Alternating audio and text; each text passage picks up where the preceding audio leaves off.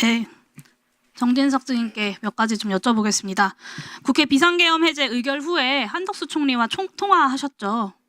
의결 전에 통화했어요. 의결 전에 통화하셨습니까? 한덕수 총리께서는 의결 후에 통화했다고 지난 청문회에서 말씀하셨는데 대통령께 그 국회에서 해제 요구 결의안이 통과됐으니 지체 없이 해제를 하셔야 된다. 그러기 위해서는 국무회의를 소집해야 된다라고 말씀드렸고 그러니까 해제 의결 이후에 한덕수 총리랑 통화를 하셨다는 거잖아요. 국회 의결 이후에. 네, 그죠. 네, 그걸 여쭤본 겁니다.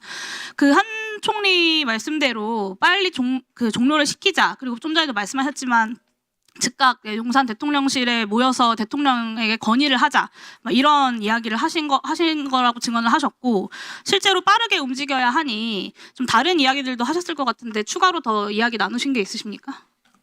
제가 총리님께 그때 이제 그 1차 국무회의 이후에 다 귀가하신 이후에 새벽 한 2시경 좀 넘어서 전화드린 걸로 주로 기억하는데 아무튼 제가 총리님께 전화드려서는 계엄 해제를 위한 국무회의를 소집해야 하니 다시 국무위원님들을 좀 소집해서 해주십시오. 빨리 나와주셔야 되겠습니다. 그 말씀을 제가 네. 2시 넘어서 통화하셨다고 하셨는데 그러면 결심실에 대통령을 데리러 가셨던 것은 통화하기 이전 상황인 겁니까? 그렇습니다. 결심지원실에 제가 도착한 게 1시 새벽 1시 그러니까 1시 1시 46분에 결심실로 1시 가셨고 1분에 네, 그리고 국회 계엄 해제 요구안이 1시 01분에 처리가 됐고 증인님 제가 시간이 좀 많지 않아 가지고요. 40분경 제가 여쭤본 것에 대해서 좀 답을 해주시면 좋겠는데 그렇게 그럼 결심실로 대통령을 데리러 갔던 건 어떤 이유에서였습니까? 그때 이제 안보실장이 제 사무실에 와서 대통령님이 빵카에 계신데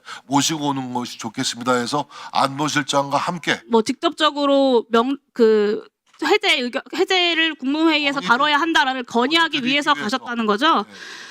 대통령이 3분 만에 이제 같이 결심실에서 나와서 대통령실로 곧장 이동한 걸로 보이는데 맞습니까? 맞습니다. 네, 그리고 2시경 상황을 보면 신원식 실장이 박안수 증인한테 전화를 해서 병력 이동 제한을 시키고 한덕수 총리는 국무회의 소집 문자를 국무위원들에게 발송을 하고 증인은 대통령을 모시고 입장 전달을 계속 했을 거라고 저는 좀 추측이 돼요. 결심실 이후로 2시 30분 대통령실 들어가기까지 약 40분 정도의 긴 시간이 있었는데 이때는 계속 계엄 해제를 하셔야 된다라는 말씀을 드린 거죠? 제가 대통령께서 먼저 혼자 결심지원실에 가셨기 때문에 제가 뒤따라 네, 그러니까 나와서 대통령실 2시 반 들어가실 때까지 어떤 말씀을 나눴냐라는 질문입니다. 대통령 글쎄요 뭐 저는 계속 계엄 해제 요구안이 국회에도 처리된 만큼 지체 없이 국무회의를 열어서 해제하셔야 네, 됩니다. 같은 내용의 말씀을 하셨다는 거고 박안수 증인이 2시부터 2시 20분까지 신원식 실장과 통화를 했고 그 직후에 대통령실로 회의가 소집되었다라는 김용현 장관의 말을 듣고 대통령실로 동행을 했다 이렇게 진술을 했어요. 박안수 증인이. 그러면 이 회의는 정진석 증인이 소집하신 겁니까? 아닙니다. 저는 그 김용현 장관을 그 순간에 본 기억이 잘 없습니다. 네, 그러면 대통령이 직접 결심실 이후에 증인에게 이야기를 듣고 이동을 하면서 국방부 장관과 계엄사령관을 그렇게 소집했겠네요. 하신 것 같습니다. 네. 그 후에 한덕수 총리가 2시 30분에 도착을 해서 대통령과 면담을 한 것이죠. 그 자리에 다른 배석자가 있었습니까? 저도 같이 들어갔었습니다. 또 있습니까?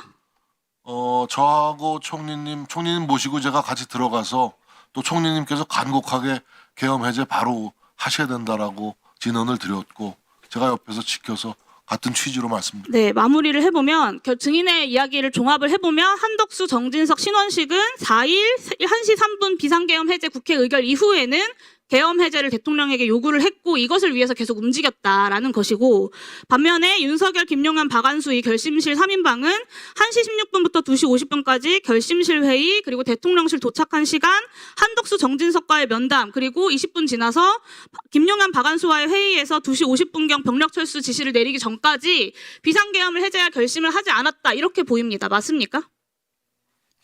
제 기억으로는 저뿐만이 아니고 우리 총리님께서도 말씀해 계셨지만 비상계엄 해제 건의에 대해서 대통령께서 바로 승인하시고 바로 승인했다고요? 네, 고개를 끄덕끄덕 하셨기 때문에 제가 국무회의 소집차 고개를 끄덕끄덕 한 것이 아니라 그러면 바로 해제하자라고 했습니까, 대통령이? 승인하셨습니다. 승인했습니까? 승인하셨기 때문에 제가 국무회의를 소집한 겁니다. 한덕수 증인 혹시 관련돼서 2시 30분에 대통령실 들어갔을 때 설득을 했다고 하셨는데 설득보다는 말씀을 드렸고요. 해제를 빨리 해야 된다. 그러면 왜 2시 50분경이나 되어서야 병력 철수가 지시가 내려졌을까요? 그거는 저는 모르겠습니다. 네, 그 병력 1시 1분만 주시면 마무리하겠습니다.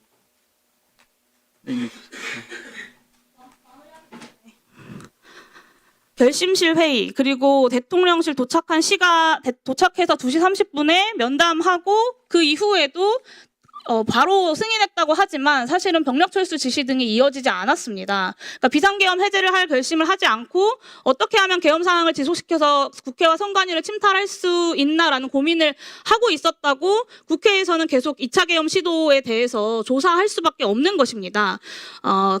그래서 윤석열, 김용현, 박안수가 한덕수, 정진석, 신원식에게 그 한 2시간 정도의 시간 동안 어떤 말을 했고 어떤 표현들을 했는지 한 틈의 거짓 없이 진술이 저는 필요하다고 생각합니다. 2차 계엄 이런 얘기는 뭐 들어본 적이 없고요.